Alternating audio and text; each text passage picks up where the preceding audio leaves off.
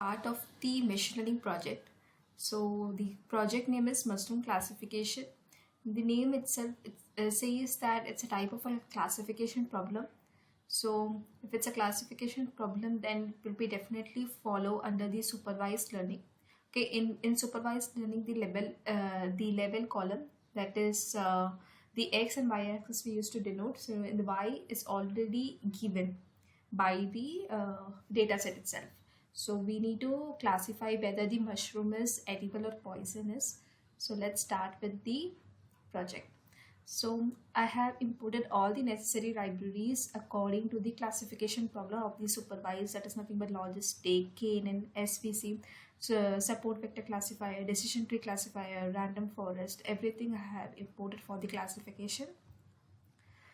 Okay. So first I am just reading the data set, okay, in which it contains the label column. Okay, the label is nothing but over here they have mentioned as class. So the P means poison and E means edible, so that's only two types of categories are present. Okay.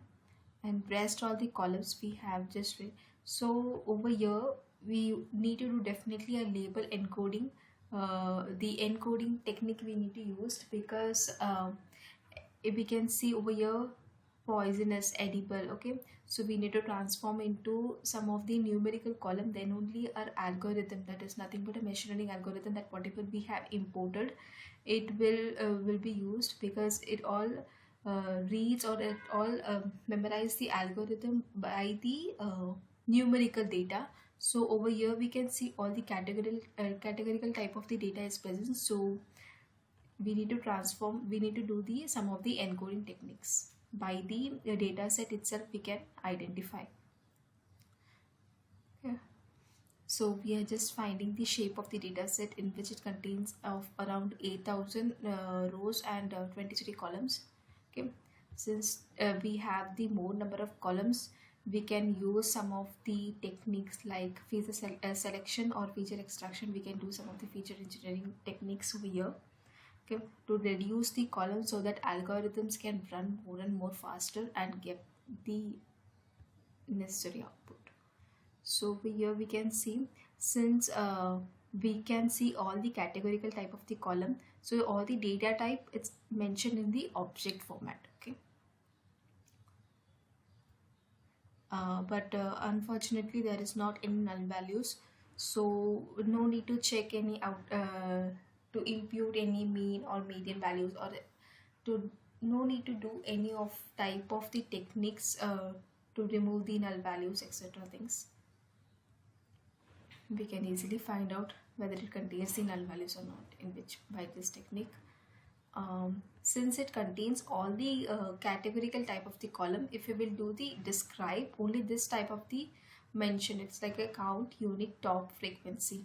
If it is a part of a numerical type of the column, it's nothing but all the numerical type of the data is mentioned, then we can see that all the mean, median, mode, standard deviation, all in describe we used to get it. But since we have all the categorical type of the column, only the four things can be mentioned. Okay, that's fine. So first of all, the main thing is we need to do some of the encoding techniques to remove all the categorical data and change it into a numerical data. So over here we have imported the sklearn.preprocessing imported label encoded, okay, in which it transforms all the data into a numerical type of the data, and we are just fitting the transform, so fitting into a column. Okay, so now we are just doing the feature values as x and y, level values as y, means we are just splitting the data, in which x contains all the column except this class and y contains only this class. Okay, so applying PCA.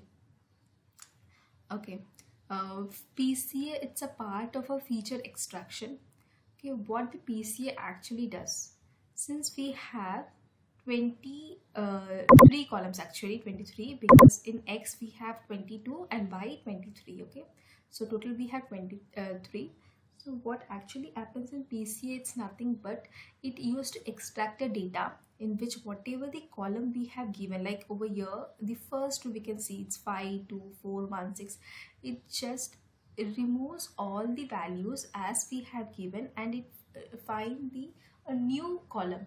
Like in for example over here 22 column, if I just give the 22 column inside the PCA, it generates only n minus 1 column. Okay, because due to large number of features, the algorithm can't perform very faster, so we are just extracting the data as we need. Since if we get the output within the 10 to 15 column, then why need to use the 22 column? Okay, why there is the unneed of the column. Okay, so for that purpose we used for a PC, it's nothing but a principal component analysis. Okay, it extracts a new data in which the algorithm, the given data and the extraction data, it performs the same. Okay, the output will be same, only if we are just extracting the data that we needed. Okay, so for example we are given the cap shape as 5, over here cap surface is 2. So if we are giving this data to inside the PCA, it generates a new data. Okay, over there the value will be not the same. Okay, it just extracts some new data, but the output, as if we will perform the algorithm over here and with the help of the PCA, the output will be same. Okay, so there will be not any much difference with that. So we can use the PCA for reducing the columns in which it extracts a new data. So since we have a 23 column, sorry 22 column in the X data, so if we will transform, it can transform into n minus 1. If we are transforming to the n data, that is nothing but 22 column, then what is the use of it? So if we are just doing the n minus 1, so if the data set reads more than 90%, okay, then the algorithm can perform well. So since we are using the components is equal to 7, so if I will take the 7 components, okay, then it's just giving around 85%, it's reading 85%. Okay, so we can find the, so the PCA is not the compulsory thing that we need to do it, it's a part of the thing that we can do it. Okay, so without PC also we can generate an algorithm and predict it also. So let's start with the splitting the data set into a training and testing. So into a train test bit, I have done a PCA feed, that whatever I have used over here, that is something for PCA feed, that I have used it over here. Okay, since I have transformed, in which I have used the 7 components. If not, you can put the complete X value also. The algorithm almost performs the same, because by the 7 components itself it's reading around 85%. Okay, if you will give the complete data set and if you will do it, then also it performs well, it performs the same output. Okay, that will be not any much difference. Okay, test size is equal to 80-20 ratio and the random state is equal to 42. It's nothing but a hyperparameter, you can just tune it with every random state. Now let's do the model training. So whatever the things that I have imported at the start of my project, that I have used it, and I have created a model in which contains of X train, Y train. Okay, because in the fit we need to do only X train and Y train, and by doing the prediction we need to do the X test. So now we need to identify whether this Y predict, okay, that we have predicted by each and every algorithm, and the Y test that we have splitted, okay, Y test that we have splitted during training and testing, okay, what will be the accuracy on it. So we can see all the accuracy, okay, by the logistic, KNN, SVC, decision tree, random forest, gradient boosting. So unfortunately random forest gives the good number of accuracy around 99%. Okay, since random forest gives the best accuracy, so we will be productionize this algorithm for prediction. LG this LG is nothing but logging.info. So we are just plotting it and we are just identifying which algorithm performs well, and we are saving this model into a decision tree.pickle. Okay, after saving it, saying that okay, we can use this pickle form that the file into a API. By using the Flask we can predict it and we can deploy that project. Okay, so this is the main motto by using the um, given data set. Okay, so I have read all the first row. Okay, you can give any row, but I have done the PCA under transform. Since I have used the PCA column, that's why I'm doing the PCA under transform over here. If you haven't done the PCA directly, you have given the complete data set, then no need of this PCA. Directly you can predict it. Okay, since I have done the transform, so I am just doing the PCA under transform and giving the data set. If not PCA, then just delete this and you can just predict with the given row. Okay, the complete row you just give it and it will be predict whether it is poisonous or edible. Okay, this is nothing but the project. So now let's start with the we'll just connect with the Flask API and we will run our local machine.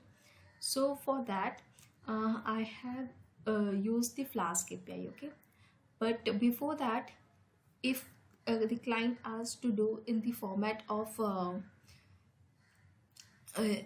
using the class object, that is nothing but by using the modularity of the code. So here I have used some of the modularity type of the code, and just check it. So the same thing I have mentioned over here, but over there I have mentioned in the Jupyter notebook. Over here I have done all the things in the format of class and object. Like over here all the data imported that I have done, in which while doing the import, before doing it in the Jupyter notebook we can directly do the pip install everything on that code and the code line itself. But over here we need to do everything in the format of terminal. In the terminal we need to write all the pip install etc things. Now first thing that I have used the file called as data transform prediction, in which we have created a data transform.py file. I have imported all the libraries and all the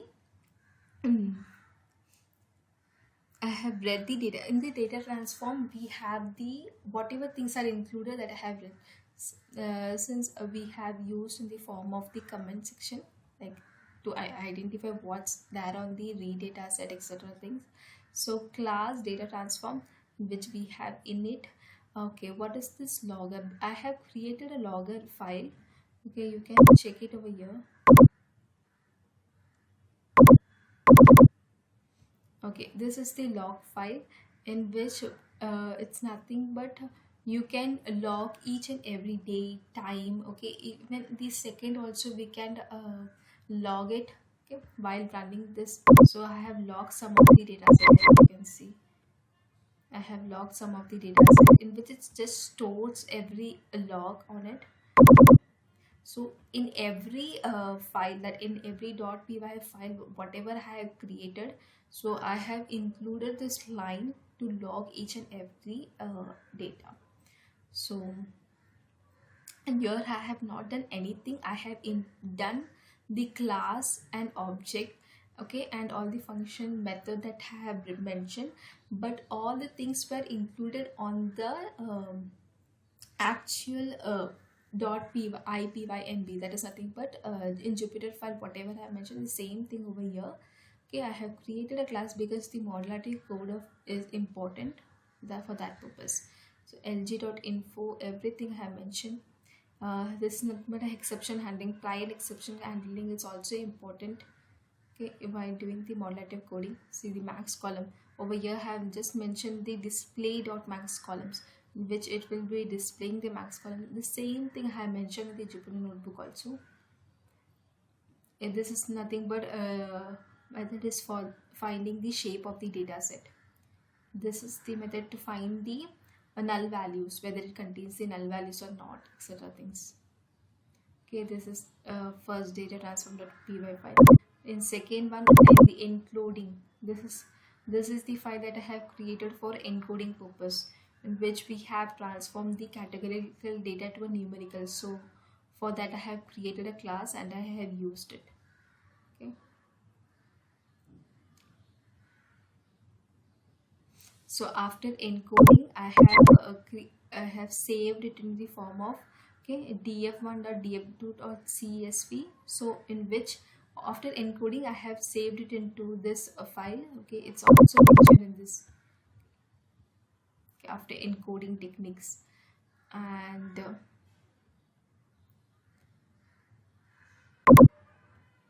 so let's start with the model building, in which for every model building I have created trial exception, the class, everything I have done it, in which the PCA, whatever thing that we have mentioned on the .ipython, the same thing, but just I have included the logging, the try and accept, and the class, object, method, etc. things. Okay, rest all is absolutely same as we have done it. Okay, I have created and I have saved each and every means what I can say, each and every dot pickle, because after creating with the model we can generate a pickle file, right? So I have saved it everything, but for productionize I have used only random forest because it only gives the highest accuracy. Okay, you can run it and even you can check it over here what is the accuracy, even its performs well. So over here, after doing with this, I have saved it into a DT pick. I have saved it in over here, in which is stored like model slash is nothing but in the model folder. You need to save that pickle file. So over here, just save. By every algorithm that whatever I have reading, I have just saved in the form of a pickle format. Okay, inside the model folder. So for every algorithm we have the pickle, that we have the model on it. So now we're going to use only this random sorry, decision tree pickle, because it only gives the highest accuracy. We can directly check it on the Jupyter notebook that we have done earlier. So let's start with it.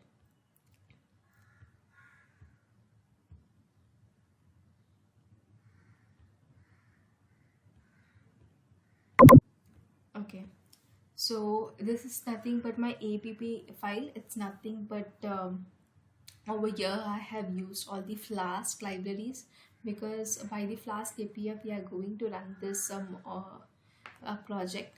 So first we are using this app. This is the most important, this is the first step that we need to mention while doing the Flask. So there are four type of the thing that we need to use it while doing the Flask. Okay, first one is this. Second is like what we need to do. So basically whatever the project that we have done, it's everything is stored in the pickle. So whether we have done the encoding techniques, whether we have removed the outliers, whether we have done all the things to remove the null values, etc. things, whatever we have done, the best accuracy model that we have already saved in the pickle. So we are going to use this. Okay, and which this is the most important thing to mention. For this we have worked in every file that we have, only Jupyter file we have worked for only for this link.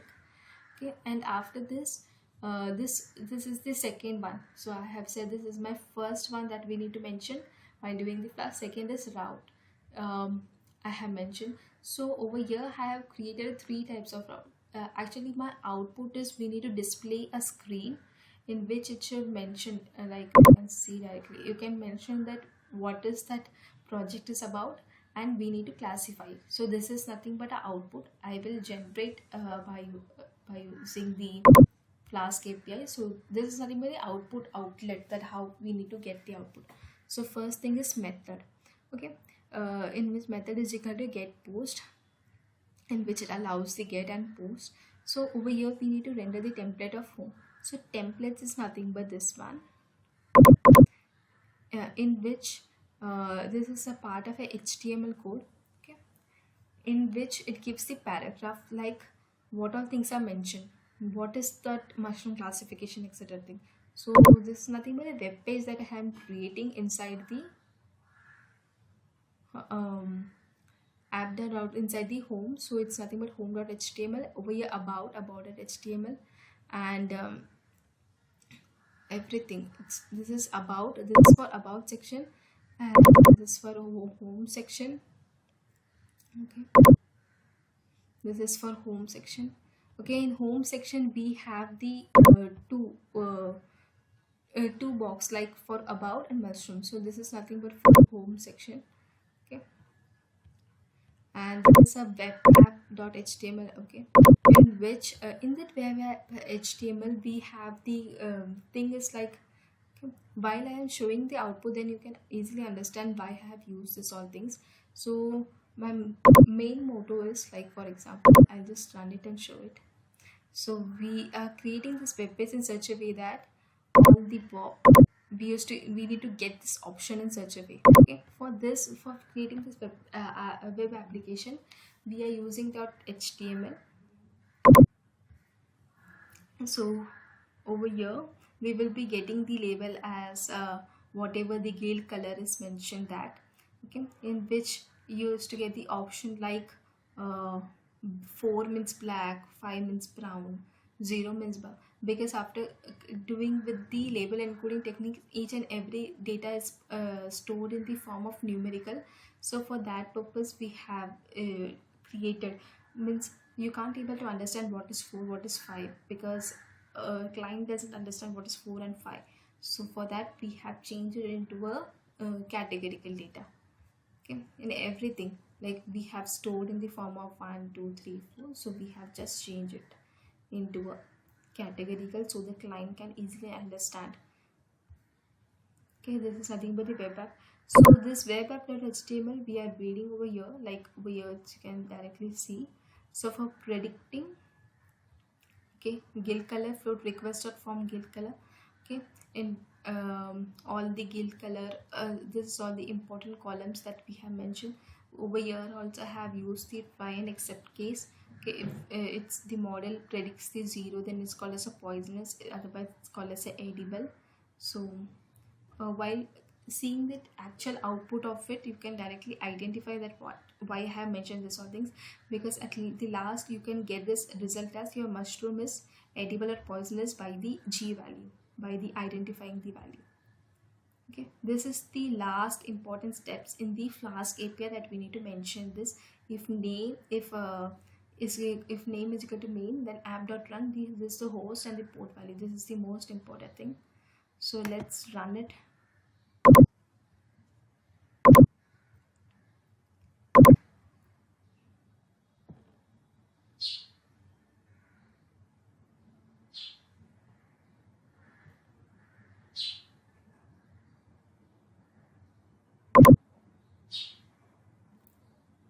Okay, this is how we can see the web application. So we need to just mention random thing, or okay, to identify it's performing well or not.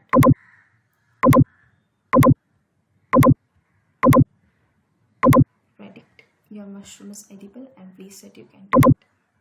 Okay, so this is nothing but a project related to the mushroom classification.